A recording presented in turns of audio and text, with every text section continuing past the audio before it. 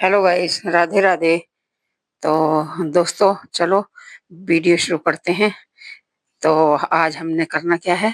आज हम असल में ऐसा होता है ना कि घर में जब एक से घर में दो बच्चों की फरमाइशें एक से अलग अलग होने लगे तो दिक्कत परेशानी आने लगती है। यानी कि अब किसी की पसंद कुछ है, किसी की पसंद कुछ है, खाने दोनों को पकौड़े ही हैं। तो हमने करना क्या है कि हम बनाएंगे पनीर के पकौड़े। तो बनाने किस तरीके से ताकि दोनों की फरमाइशें पूरी हो जाए, तो चलो उसके लिए देखते हैं वीडियो। तो पहले सबसे पहले हमने ये 100 ग्राम पनीर लिया है और इसके हमने अच्छे अच्छे से करके पीसेस बना लिए हैं। तो इस तरीके से दोस्तों क्या होगा, दोनों बच्चों की फरमाइशें पूरी हो जाएंगी। दोनों बच्चे जिद्दी बच्चे, यानी कि हमें एक साथ नहीं खाना, हमें खाना अलग ही अलग है और बनने पकौड़े ही हैं। अब हमें करना क्या है, थोड़ी सी टेंशन तो है कि हमें एक से ही काम करना है।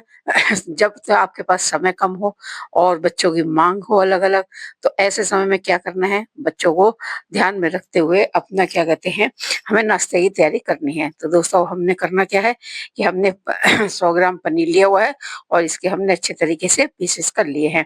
तो चलिए आज हम बनाते हैं पनीर के पकौड़े। पर ये साधारण पकौड़े नहीं है, ये थोड़े से अलग से, यानी कि एक पकौड़े में डबल कहना चाहिए, डबल फरमाइश।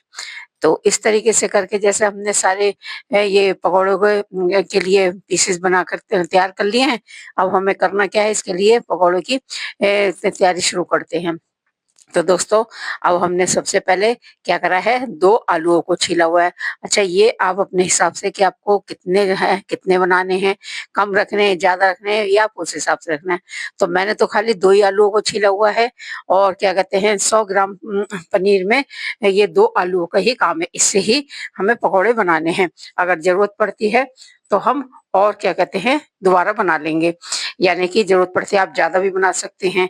अगर आपको लगता है कि भाई थोड़ा कम है तो और मेंबर ज्यादा है तो आप मटेरियल ज्यादा कर सकते हैं। तो दोस्तों इस तरीके से करके मैंने ये चिप्स वाले मशीन में दो आलूओं को घिस लिया है। अब हमें करना क्या था कि इससे जो है थोड़ा जल्दी भी बन जाते हैं और आलू की शेप भी अच्छी परफेक्ट आती है।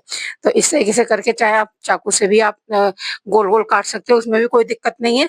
और आप ऐसे करेंगे इसमें भी कोई दिक्कत नहीं है। दोस्तों तो हमने करना क्या है, अब एक बॉयल में क्या कहते हैं ये 4 चम्मच हमने कॉर्नफ्लोर लिया हुआ है।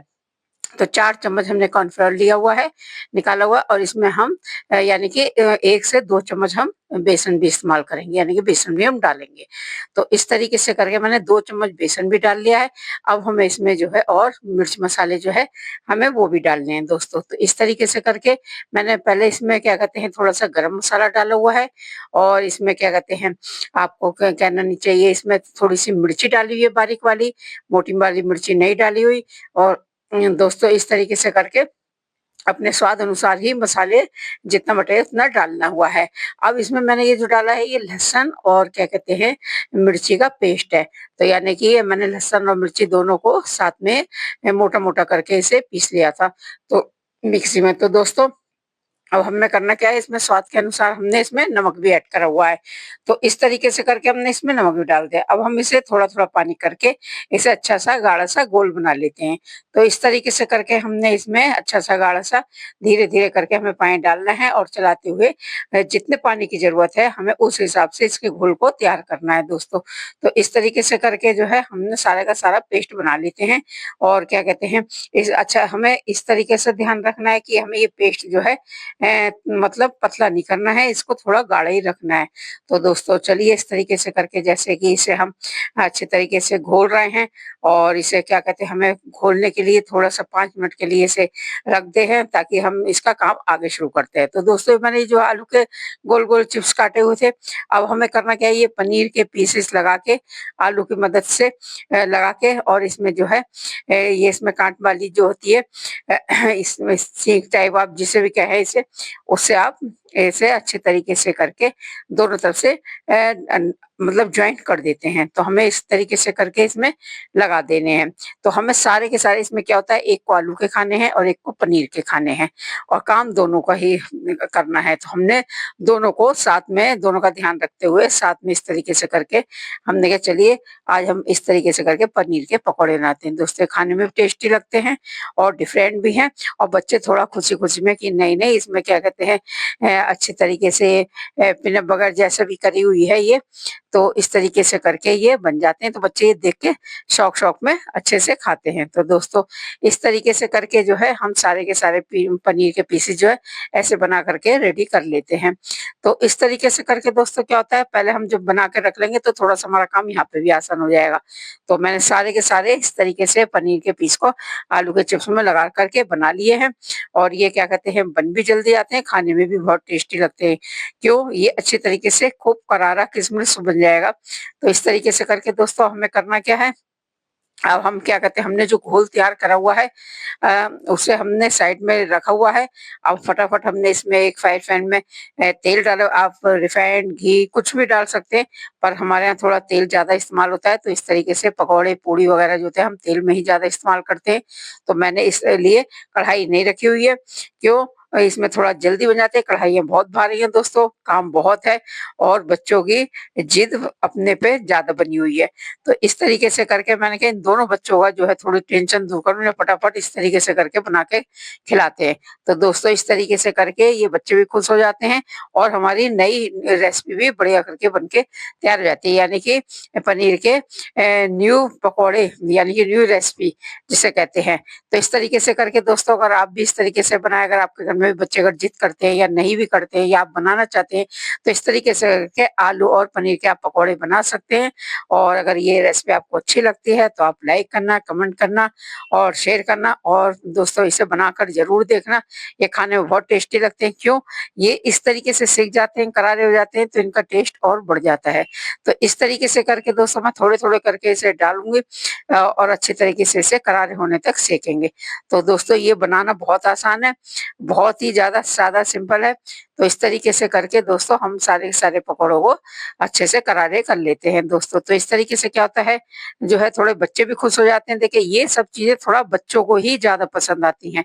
खाने को तो आप बड़ों को भी अगर खिलाएँगे तो मना नहीं करेंगे दोस्तों, पर जो है इस तरीके से बच्चे देख-देख के बड़ा खुश होते हैं कि नहीं हमें कुछ नया अलग खाने को मिल रहा है, टेस्टी भी लग रही है, अच्छा भी लगता है। अच्छा दोस्तों इसमें क्या हुई है हेल्दी, टेस्टी और दोनों तरीके से क्या कहते हैं काम में आते हैं।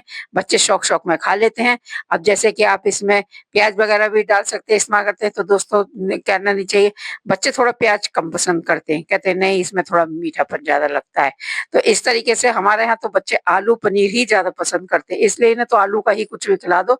तो यानी कि बड़ी बेटी पनीर के लिए पीछे पड़ रही थी कि नहीं मम्मी पनीर बनाओ, छोटी आलू के।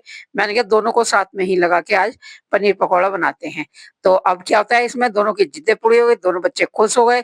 बच्चों को ये नहीं लगा कि मम्मी ने उसके कहने पे ऐसे बनाया, मेरे कहने पे इस पे। अब दोनों का साथ ही साथ पकौड़े बनकर तैयार हो गए हैं। तो इस तरीके से करके दोनों बच्चियाँ आराम से ये पकौड़े खा सकती हैं, एन्जॉय कर सकती हैं दोस्तों। खाने को आप बड़े-छोटे सब खा सकते हैं। तो इस तरीके से करके आप पलट-पलट करके इसे आप क्या कहते हैं सेकते रहिए।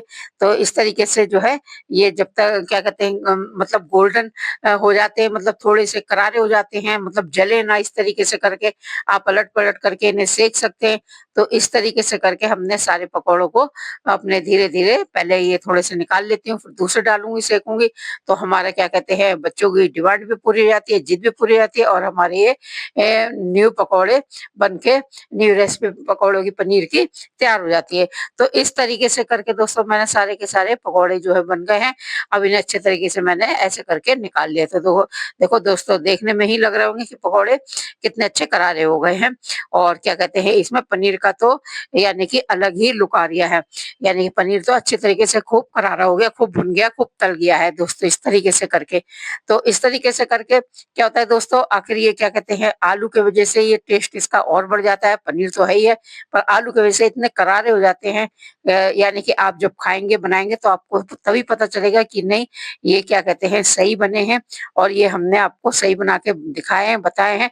क्यों? जब ये चीज़ें बनती हैं, तो जब बच्चे खाते हैं तभी पता चलता है क्या चीज़ है। तो दोस्तों इस तरीके से करके जब मैंने प्लेट लगाई, सजाई चटनी के साथ, तो दोनों बेटियाँ खुशी के मारे बस ये समझिए कि ये लगता है कि नहीं मम्मी बहुत बढ़िया बनाया, बहुत अच्छा, बहुत टेस्टी बनाया है। अब आप ऊपर से चाहे अगर आपको लगता है नमक-वमक कम है तो आप मसाला वगैरह, चाट मसाला वगैरह भी डाल सकते हैं दोस्तों।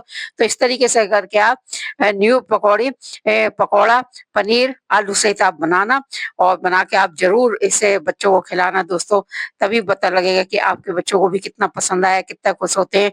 तो दोस्तों इस तरीके से करके हमारे नाश्ते की प्लेट बनकर तैयार हो गई है, बिल्कुल रेडी हो गई है। तो ये बड़े-छोटे कोई भी खा सकते हैं, इतने बढ़िया लगते हैं बनाने में और ये सादा सिंपल रेसिपी है। जब चाहे जब बना लो, इसमें कोई दिक्कत नहीं है। मेहमान आते हैं आप तब भी बना के खिला सकते हैं दोस्तों। Thank you.